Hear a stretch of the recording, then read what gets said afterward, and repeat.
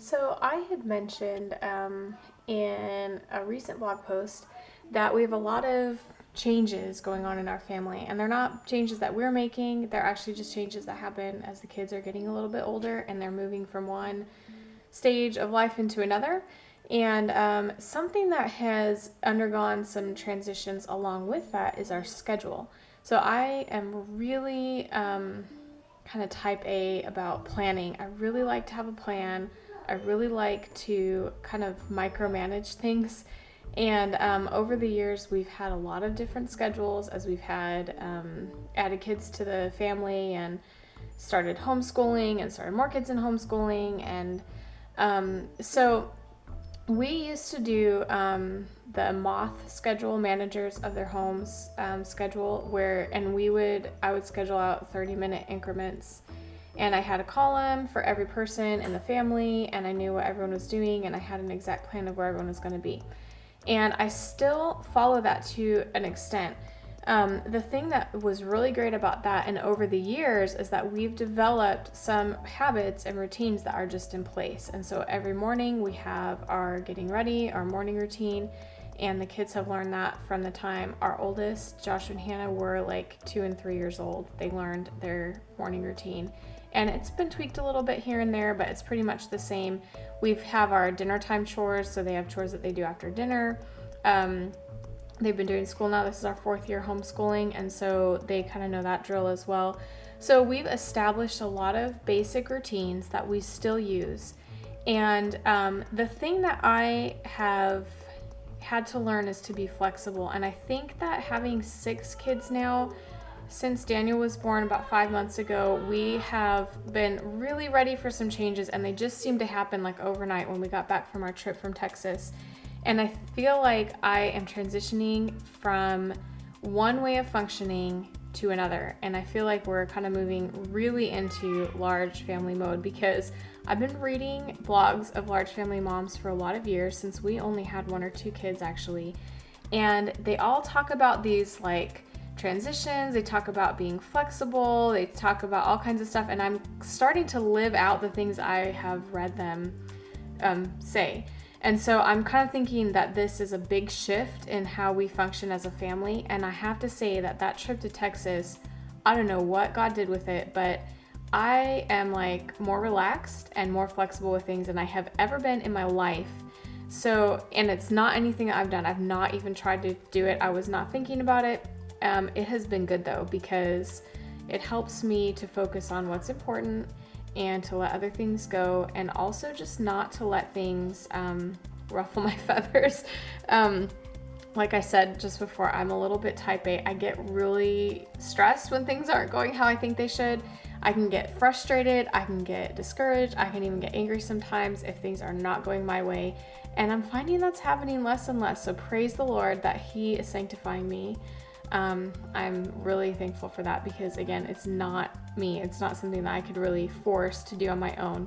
But I'm thankful for the changes. So all of that said, our high maintenance schedule, where I was, before even looking at everyone was doing on their own, just kind of determining this is what we're going to do, has shifted a little bit. The thing is though, I could probably replicate a moth schedule based on what we do now, because we do pretty much the same things every day in roughly the same time. And so it's not that our days look a lot different, it's that I'm not putting them down on paper so specifically at this stage, and I might return to that. I'm not sure, but right now I'm going to show you what we are doing. So here is our whiteboard. This is our daily schedule. And what I want to point out first is right here, it says 7/8 a.m. So I recognize that some days the kids are getting up earlier than others, and that's okay with me. I'm not really worried about it. We have that kind of flexibility. So, and some days I'm getting up earlier than others. So anyway, somewhere between 7 and 8 a.m., everyone is getting up and they're getting ready. Joshua and Hannah have their upstairs school time. Right now, this is their before breakfast school, and I will get to that in just a second. So their morning routine is for everybody. They wake up, they have Bible reading, they get dressed, And Joshua and Hannah actually do some of their school subjects. They work on their Bible memorization, they do Greek, and then Joshua does Latin and Hannah does handwriting. And then the younger ones are generally with me. Abby's like she's our middle child right now, and so she's transitioning to having some subjects that she does before breakfast, but that she did on her own. She is working on Bible memorization and she is Bible reading on her own. Rachel and Daniel are with me usually downstairs in the morning, and I get them ready as I can. And then Jeremiah dresses himself, and so he has his morning routine, and this is what I started with our oldest ones when they were his age. Every morning, he gets up, he goes potty, and he gets dressed, then he reads his Bible on his bed, and if he finishes, he's supposed to read books on his bed, but he comes down usually and makes himself breakfast. By about 9 to 10 a.m., we're ready to start school, and that I used to schedule out really specifically what everyone was doing when, but now the kids kind of do a lot of their stuff on their own. So here's what they're doing, 9 to 10 a.m. They're upstairs. Abby is working on some of her schoolwork. So she does, she's learning to be independent as well. And so I give her a couple of pages from her handwriting. I give her math worksheets and some math fact flashcards. And she does phonics flashcards, and then she comes to see me for the rest of her math, for her spelling, and then she reads me one of her books. So that's school time, and that usually finishes by 12 or 1 p.m. Then after lunch, the kids are playing. If it is nice out there, outside, I try to get them outside for that whole time if I can, and I am doing chores. Now, so Mondays, I do the laundry. And that is laundry for Claude and myself and Daniel. And then I also usually have some like linens and stuff like that. And then Tuesdays, I'm supposed to give the kids a violin lesson. That is something new that I'm trying to fit in. Then Wednesday, I say big chores as needed. Big chores are kind of, I don't know, anything that I just need to get done. So the afternoons on Wednesday, I just try to catch up on stuff. Or if I've caught up, then I might work on blogging a little bit, or I might, I don't know, do a big chore, mop the floor or whatever. It, just kind of depends on how the day goes. And then Thursdays, then I do laundry again. And then Fridays, kids do laundry. And again, that's a catch-up day for me usually. So that's the afternoon. And then at 4 o'clock, I start gathering up the kids from outside or inside or whatever they do. We clean everything up, we have baths, and we try to do read aloud. Now, why 4 o'clock? That sounds really early, I'm sure, but I find that it can take us at least an hour to clean everything up really well, make sure all the toys are put away, all the books, everything outside is cleaned up, and to give everyone a bath. And so that is our schedule, and I do keep it up here now, and it just really doesn't change much. So you'll notice I'm not micromanaging. I'm not kind of telling anyone exactly where to be.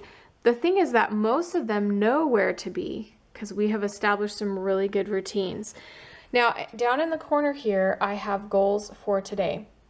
And you can see today is Wednesday, December 16th. And my first goal is to put away laundry. Then my other goal is to get read aloud time in. And in order to do that, I have to accomplish my third goal, which is an on-time dinner. Try to keep them very modest because I have learned that I don't get very much done other than taking care of children and keeping them on task and basic household duties. So that is just a little bit or maybe a lot about our schedule and how it's changed over the years. Again, I might have a day when I need to go back to that every 30-minute scheduled out schedule, and I might not. I'm not really sure, but I really, again, feel like this has been a transition from how we used to do things to how we need to do them now, just so that I can maintain some sanity and not drive myself crazy by having expectations of kids doing specific things and it not happening. But as I've said a couple times, and I will reiterate, the kids do know what they're supposed to be doing through the day, and I know what they're supposed to be doing because we have these very well established routines, and that has been really huge in keeping things running smoothly in our family. And one last thing about scheduling is that we did just have a baby 5 months ago. Daniel is 5 months old now. As I have kind of thought about that, I realized that just because we've had 5 other kids before him doesn't mean that the postpartum months are shorter. So there's still, like, for me, a physical recovery time, which I'm just kind of now getting back into exercise and starting to lose some weight finally. And I have to recognize that it doesn't happen sooner just because I've had more kids and more experience in it. It still takes the same amount of time. And in some ways it can take longer because I have more responsibilities and more demands. And just because I have a lot of experience in those early months, or I really shouldn't say a lot. We only have 6 kids.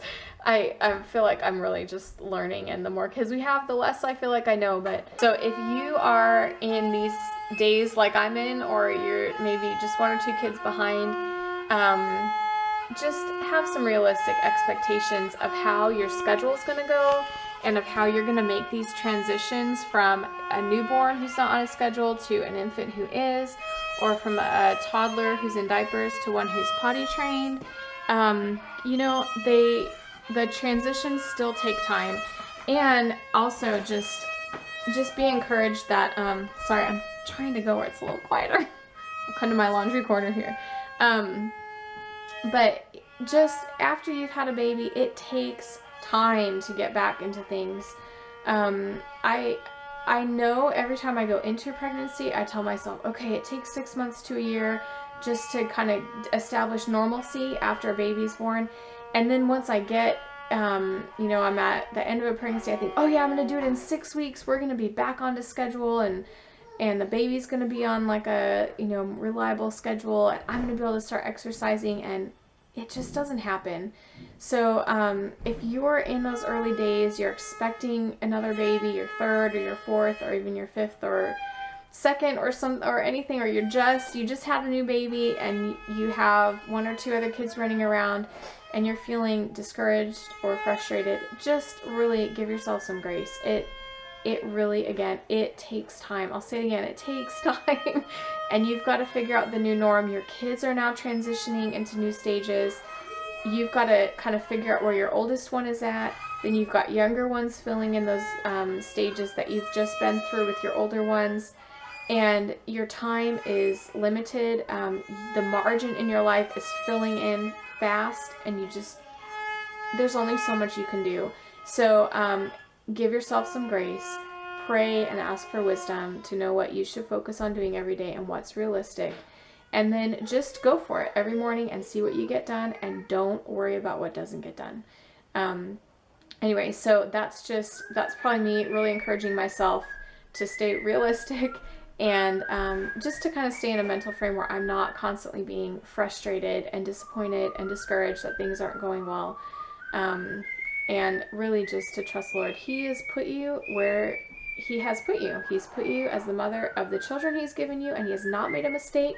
He has given those children to you in the timing that He has. He has not made a mistake, and He knows your capacity, and it's really good if you are running beyond your capacity, because then you learn that you have to rely on Him and turn to Him.